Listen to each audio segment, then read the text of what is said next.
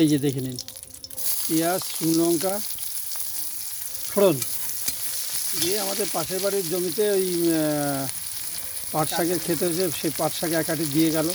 সেই পাট শাকের ঝোল করবে কৃষ্ণা সাহা কিচেন। এই পাট শাকের ঝোল আর এই সঙ্গে কিন্তু লেবু থাকবে, লেবু লেবু লেবু দিয়ে পাট শাকের ঝোল। হ্যাঁ, হলুদ গুঁড়ো একটু সামান্য, পেস্ট।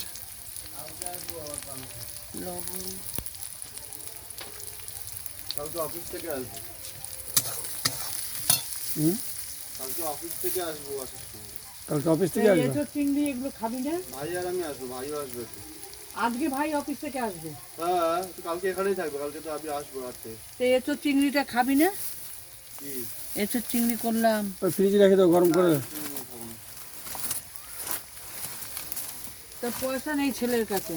আসতেছি, দাঁড়া দাঁড়া বাবু।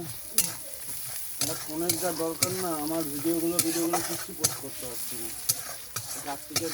এই যে কার্তিকের ল্যাপটপে পড়েই আছে। এই যে পাট শাকটা আমি কার জন্য করছি? তো একটু বেলায় যা না, পাঁচ শাক দুটো ভাত খেয়ে যা। তা দুপুর বেলাটা খাওয়া জুটবে কোথা দিয়ে? তা ভাইকে বলে দে দুটো বেশি বসাতে, আমি তো অল্প বসাতে বললাম তো। ও গিয়ে করে খাবে, যদি না বসাতে করে খাবে। বলো পাট শাকটা দিয়ে দিন। এই যে পাট শাকটা ভাজা ভাজা হলে, ভাজা ভাজা হয়ে গেলে তখন জল ঢেলে দেবে। পাট শাকের ঝোল লেবু দিয়ে খাবেন।